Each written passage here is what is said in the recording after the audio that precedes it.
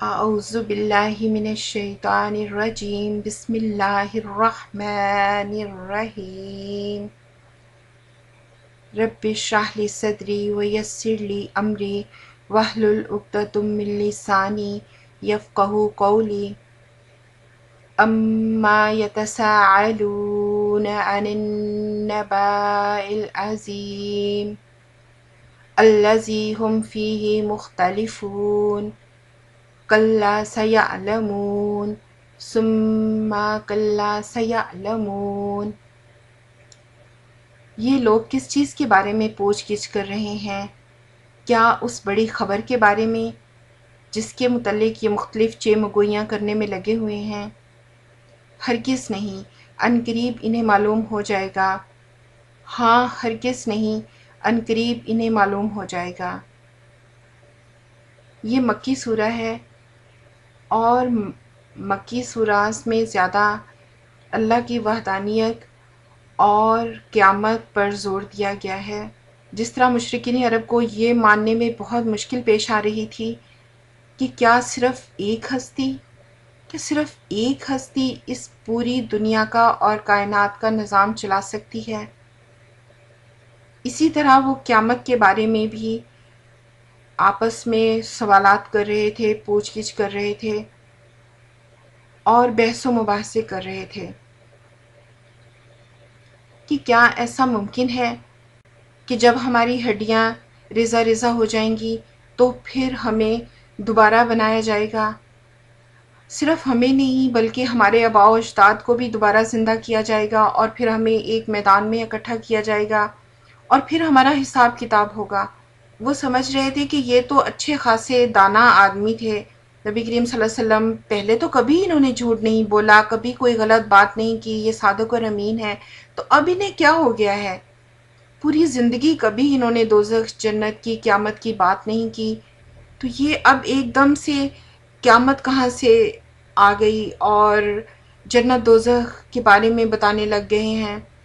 تو وہ اس قسم کے باتیں کر رہے تھے اور اپنے وہم و گمان کے تیر تکے چلا رہے تھے، کیونکہ حقیقی علم ان کے پاس نہیں تھا۔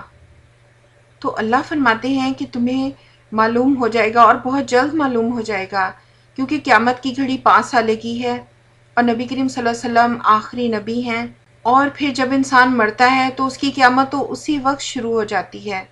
یعنی اگر اس نے اللہ کی فرما برداری کی تو جزا ملتی ہے، اور اگر نافرمانی کی تو سزا ملنا شروع ہو جاتی ہے۔ جیسے کہ اللہ تعالیٰ قرآن پاک میں فرماتے ہیں کہ فرعون اور آل فرعون کو ہر روز آگ کے سامنے پیش کیا جاتا ہے۔ اگلی آیات میں اللہ تعالیٰ قیامت کے بارے میں دلائل دے رہے ہیں۔ الم نجعل الارض مہادا، کیا ہم نے زمین کو فرش نہیں بنایا؟ یعنی زمین میں تمہاری ضرورت کی ہر چیز رکھ دی ہے۔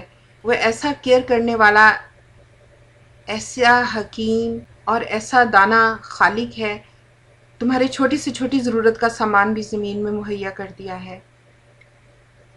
ایسا نہیں ہے کہ تمہیں کسی چیز کی ضرورت ہو اور وہ زمین میں موجود نہ ہو۔ والجبال اوتادا، اور پہاڑوں کو میخیں نہیں بنایا، یعنی پہاڑی سلسلے اس طرح سے پیدا فرما دیے ہیں کہ جس طرح ہم ایک چیز بناتے ہیں اور کہ وہ ادھر ادھر ہلے نہیں، اسی طرح سے اللہ تعالیٰ نے زمین کو کے پہاڑی سلسلے ایسی جگہوں پر پیدا فرمائے ہیں تاکہ زمین ایک سائڈ پر لڑک نہ جائے۔ اور انشاءاللہ ابھی سائنس آگے ترقی کرے گی تو یہ بات اور یہ حقیقت بھی سامنے آ جائے گی کہ اللہ تعالیٰ نے ایسی پراپر جگہوں پر وہ پہاڑی سلسلے بنائے ہیں کہ جس سے زمین بیلنسڈ ہے اور زمین ادھر ادھر ذرا برابر بھی نہیں ہلتی۔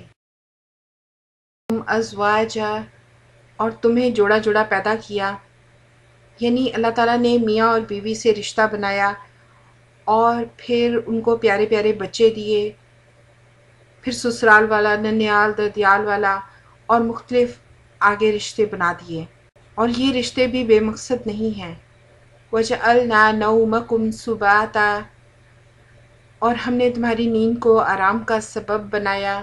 یعنی انسان جب تھک ہار کر سوتا ہے تو صبح اٹھتا ہے تو اللہ تعالیٰ نے یہ نیند کا سلسلہ ایسا بنایا ہے کہ انسان کی انرجی ساری بحال ہو جاتی ہے اور پھر وہ تر و تازہ اور تازہ دم ہوتا ہے۔ اگر اللہ تعالیٰ نے نیند کو نہیں بنایا ہوتا تو انسان کچھ ہی دنوں میں، مہینوں میں اس کی باڈی تھک ہار کر ختم ہو جاتی اور وہ کام کرنے کے قابل نہیں رہتا۔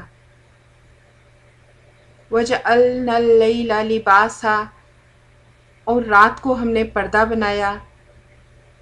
یعنی رات کے بھی بہت سارے فوائد ہیں، جیسے لباس کے بہت زیادہ فوائد ہیں، اسی طرح سے بہت سارے پودوں کی زندگی رات کے ساتھ وابستہ ہے، اور انسان بھی رات کو ہی سکون حاصل کرتا ہے۔ وَجَعَلْنَا النَّهَارَ مَعَاشًا، اور دن کو ہم نے وقت روزگار بنایا، یعنی تمہارے روزی روٹی کمانے کے لیے، معاش کے لیے دن کو بنایا ہے۔ وَبَنَيْنَا فَوْقَكُمْ سَبْعًا شِدَادًا، اور تمہارے اوپر ہم نے 7 مضبوط آسمان بنائے، اور ان آسمانوں میں لاکھوں کروڑوں ستارے ہیں، زمین سے ارب گنا بڑی زمینیں ہیں، سورج سے ارب گنا بڑے سورج ہیں، اور تمام سیارے اور ستارے اپنے مدار میں گردش کر رہے ہیں، کوئی کسی سے نہیں ٹکراتا۔ وَجَعَلْنَا سِرَاجًا وَهَّاجًا، اور ایک روشن چراغ پیدا کیا، یعنی سورج بنایا، اور سورج اللہ تعالیٰ کی قدرت کا بہت بڑا مظہر ہے۔ اس کا درجہ حرارت 1,40,00,000 ڈگری سینٹی گریڈ ہے، اور وہ نہ صرف زمین کو روشن بلکہ سارے نظام شمسی کو روشنی دیتا ہے۔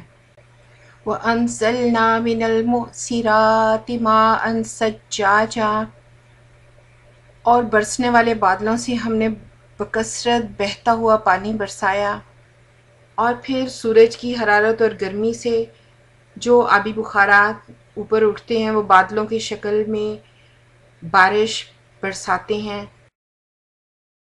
جَاءَ بِهِ حَبًّا وَنَبَاتًا وَجَنَّاتٍ أَلْفَافًا، تاکہ اس سے ہم اناج اور سبزہ اگائیں اور گھنے باغ بھی۔ تو پھر جو بارش ہوتی ہے اس سے طرح طرح کے اناج اور غلہ اگتا ہے، طرح طرح کے پھل اور سبزیاں پیدا ہوتی ہیں۔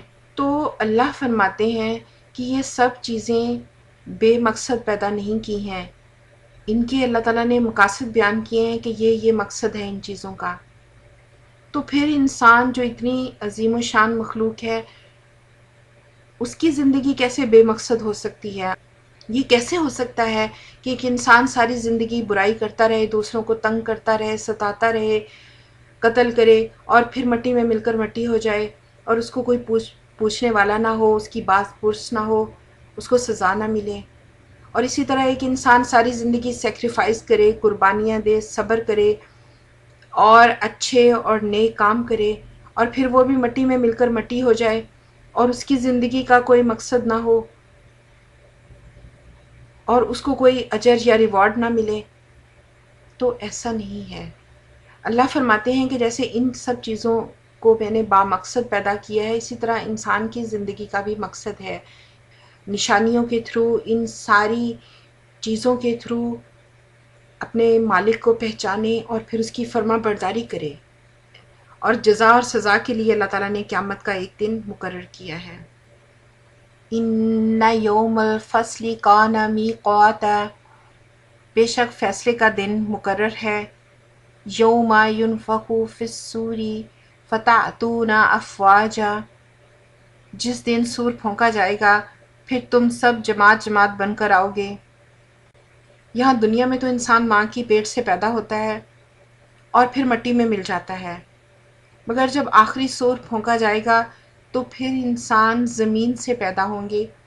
یعنی وہ پیدا ہونے کا پروسیس صرف دنیا کی حد تک تھا، قیامت کے دن اور آخری سور جب پھونکا جائے گا تو پھر انسان زمین سے پیدا ہوں گے، اپنی قبروں سے نکل کر فوج کے فوج میدان حشر میں اکٹھے ہونا شروع ہو جائیں گے۔ وَفُتِحَتِ السَّمَاءُ فَكَانَتْ أَبْوَابًا، آسمان کھول دیا جائے گا اور دروازے ہی دروازے ہو جائیں گے، یعنی جب آخری سور پھونکا جائے گا تو پھر آسمان پھٹ جائے گا اور اس میں دروازے ہی دروازے بن جائیں گے۔ وَسُيِّرَتِ الْجِبَالُ فَكَانَتْ سَرَابًا، اور پہاڑ چلائے جائیں گے پس وہ سراب ہو جائیں گے۔ سورۃ طٰہٰ میں یوں بیان کیا گیا ہے کہ یہ لوگ تم سے پوچھتے ہیں کہ آخر اس دن پہاڑ کہاں چلے جائیں گے؟ ان سے کہو میرا رب ان کو دھول بنا کر اڑا دے گا اور زمین کو ایسا چٹیل میدان بنا دے گا کہ اس میں کوئی بل اور سلوٹ نہ دیکھو گے۔ ان جہنم کانت مرصادا للطاغین مآبا لابثین فیہا احقابا، در حقیقت جہنم ایک گھات ہے سرکشوں کا ٹھکانہ جس میں وہ مدتوں پڑے رہیں گے۔ یعنی جہنم ان کا انتظار کر رہی ہے۔ گھات میں ہے سے مراد یہ ہے کہ جس طرح شکاری گھات لگا کر بیٹھا ہوتا ہے کہ شکار آئے اور میں اس کو پکڑوں، تو اس طرح جہنم ان کا انتظار کر رہی ہے، ان سرکشوں کا جو دنیا میں برائے نام مسلمان تھے، اپنی منمانیاں کرتے تھے اور اللہ کی نافرمانیاں بھی کرتے تھے، جس میں وہ مدتوں پڑے رہیں گے۔ حقب ایک مدت کا نام ہے، جیسے مہینہ سال ہوتا ہے۔ حضرت علی کی ایک روایت کے مطابق ایک حقب 2,86,00,000 سال کا ہوگا اور وہ کئی حقبوں وہاں رہیں گے۔ نبی کریم صلی اللہ علیہ وآلہ وسلم کی حدیث کا مفہوم ہے کہ جن کو اللہ نے معاف کر دیا تو وہ جنت میں چلے گئے، مگر جو جہنم میں چلے گئے تو وہ پھر وہاں حقبوں رہیں گے۔ یعنی جہنم میں ایک دن گزارنا بہت مشکل ہوگا اور کروڑوں سال اللہ اپنی پناہ میں رکھے۔ مگر جو کافر ہیں وہ تو ہمیشہ ہمیشہ جہنم میں رہیں گے۔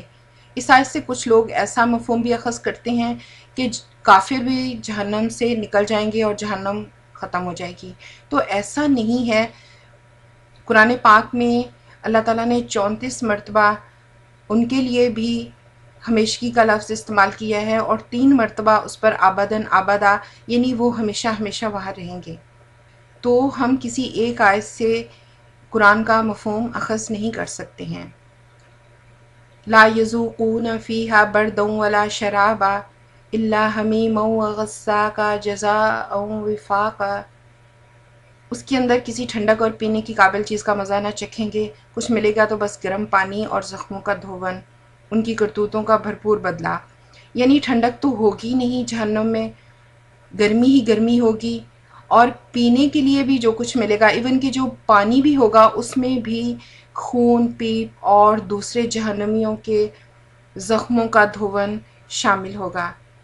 تو یہ ان کے کردار کا بھرپور بدلہ ہے۔ وہ اس لیے انہم کانوا لا یرجون حسابا، کہ وہ حساب کی توقع ہی نہیں رکھتے تھے۔ یعنی وہ یہ سمجھتے تھے کہ بس یہ دنیا کی زندگی ہے، یہاں پر ہی سب کچھ ہے، اس کے علاوہ کچھ نہیں ہے، نہ قیامت ہے نہ حساب کتاب ہے۔ تو یہ سوال پیدا ہوتا ہے کہ انہوں نے دنیا میں 50 سال 60 سال، کسی نے 200 400 سال زندگی گزاری، لیکن عذاب ان کو ہمیشہ ہمیشہ کیوں ملے گا؟ وہ اس لیے کہ انہیں حساب کی توقع ہی نہیں تھی۔ اگر اللہ ان کو اور زندگی دے دیتا تو تب بھی وہ یہی کرتے اور ہمیشہ ہمیشہ اللہ کی نافرمانیاں ہی کرتے رہتے، تو اس لیے ان کو سزا بھی ہمیشہ ہمیشہ ہی ملے گی۔ All actions are according to intentions، یعنی اعمال کا دار و مدار نیتوں پر ہے۔ وَكَذَّبُوا بِآيَاتِنَا كَذَّابًا، اور ہماری آیتوں کو بالکل جھٹلا دیا تھا، اور انبیاء علیہ السلام کے ذریعے جو آیات اللہ تعالیٰ نے ہدایت بھیجی تو اس کے متعلق بھی کہتے تھے کہ یہ جھوٹ ہے، یہ قصے کہانیاں ہیں، اس کو بھی جھٹلایا۔ وَكُلَّ شَيْءٍ أَحْصَيْنَاهُ كِتَابًا، لیکن ہم نے ان کی ایک ایک چیز کو گن گن کر رکھا ہوا تھا، ان کا ریکارڈ تیار کروایا ہوا تھا، اور ان کا ایک ذرے کے برابر بھی گناہ لکھا ہوا تھا۔ فَذُوقُوا فَلَن نَّزِيدَكُمْ إِلَّا عَذَابًا، اب چکھو مزہ، ہم تمہارے لیے عذاب کے سوا کسی چیز میں ہرگز اضافہ نہ کریں گے، یعنی ان کے عذاب میں اضافہ ہی ہوتا جائے گا، اور کافروں کے لیے یہ سخت ترین آیت ہے۔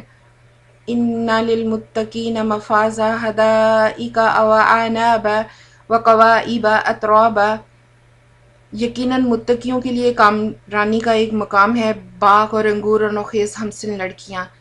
اور دوسری طرف جو دنیا میں اللہ سے ڈرتے رہے، ہر کام یہ دیکھ کر کیا کہ کہیں ہم اپنی منمانی تو نہیں کر رہے ہیں، شیطان کی پیروی تو نہیں کر رہے ہیں، اللہ کے حکموں کی فرما برداری کی، نبی کریم صلی اللہ علیہ وآلہ وسلم کی سنتوں کا اتباع کیا، تو یہ لوگ کامیاب ہو جائیں گے۔ اور اس وقت وہ پھل کھا رہے ہوں گے اور باغوں میں ہوں گے، یعنی جوان لڑکیاں ان کے ساتھ ہوں گی، یعنی حوریں بھی اور دنیا کی عورتیں بھی۔ دنیا کی عورت ملکہ کی طرح ہوگی اور جنت کی حور کا درجہ خادمہ کا ہوگا، اس لیے کہ دنیا کی عورت نے یہاں شریعت کی پیروی کی، صبر کیا، تکلیفیں برداشت کیں، قربانیاں دیں، عبادتیں کیں، اور ایسا حور نے کچھ نہیں کیا جس کی وجہ سے دنیا کی عورت کو یہ درجہ اور مرتبہ ملے گا۔ وقا سندھا کا، اور چھلکتے ہوئے جام، شراب کے چھلکتے ہوئے جام ہوں گے، اور وہ شراب اتنی پاکیزہ ہوگی کہ نہ عقل میں خلل آئے گا اور نہ عقلیں زائل ہوں گی۔ کچھ لوگ ایسا کہتے ہیں کہ جیسے اگر آخرت میں شراب حلال ہے تو دنیا میں بھی حلال ہے، تو ایسا نہیں ہے۔ دنیا کے معاملات میں جو اللہ کے احکام ہیں ان کو فالو کرنا ہے، اور جو آخرت میں اللہ کے حکم ہوں گے یا عطائیں اور نعمتیں ہوں گی تو وہ آخرت کے لیے ہیں، دنیا کے لیے نہیں۔ تو ہمیں دنیا اور آخرت کو مکس اپ نہیں کرنا ہے۔ لا يسمعون فیہا لغوا ولا کذابا، اور وہاں وہ کوئی جھوٹی اور لغو بات نہیں سنیں گے، ان کا کلام ہوگا سلام سلاما، یعنی ایک دوسرے پر سلام اور سلامتی ہی بھیجیں گے۔ یہاں دنیا میں تو گالی گلوچ، فضول گپ شپ، بہتان، افطرا، تہمت، الزام تراشی اور چغلی کا طوفان بپا ہے اور سننے کو ملتا ہے، مگر وہاں ایسی کسی چیز کا نام و نشان تک نہیں ہوگا۔ جزاء من ربک عطاء حساب الارض وما بینہما الرحمن لا یملکون منہ خطابا، جزا اور کافی انعام تمہارے رب کی طرف سے، اس نہایت مہربان خدا کی طرف سے جو زمین اور آسمان اور اس کے درمیان کی ہر چیز کا مالک ہے اور جس کے سامنے کسی کو بولنے کا یارہ نہیں۔ تو دنیا میں انسان اپنی بساط کے مطابق، اپنی ہمت کے مطابق عمل کرے گا، لیکن اللہ جو زمین اور آسمان کا مالک ہے اپنی شان کے مطابق نوازے گا۔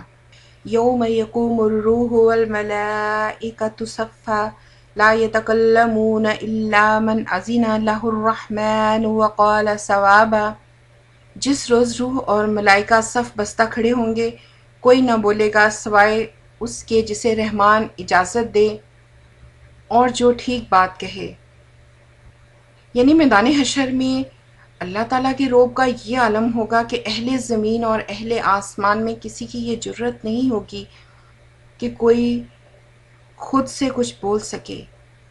ہاں، جس کو اللہ اجازت دے گا بولنے کی تو وہ بولے گا، اور وہ بھی حق اور سچ اور کھری کھری بات بولے گا، اور کسی کی یہ جرت نہیں ہوگی کہ اللہ کے عدالت کے کام میں کوئی مداخلت کر سکے۔ ذالک الیوم الحق، وہ برحق دن ہے، یعنی یہ اللہ کا کلام ہے، قرآن ہے، اور اس میں اللہ فرما رہے ہیں کہ وہ دن حق ہے، تو ہمیں اس کا یقین ہو جانا چاہیے۔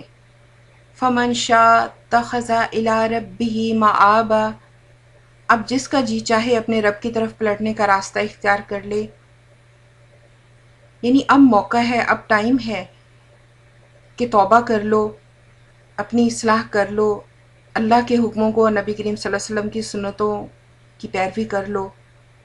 توبہ صرف زبانی دعوے کا نام نہیں ہے، بلکہ یہ دل کی اس کیفیت کا نام ہے کہ انسان دل میں شرمندگی، ندامت فیل کرے کہ میں نے اللہ کی نافرمانی کی ہے، گناہ کیا ہے، اس کو چھوڑے اور اپنی اصلاح کرے۔ اِنَّا أَنذَرْنَاكُمْ عَذَابًا قَرِيبًا،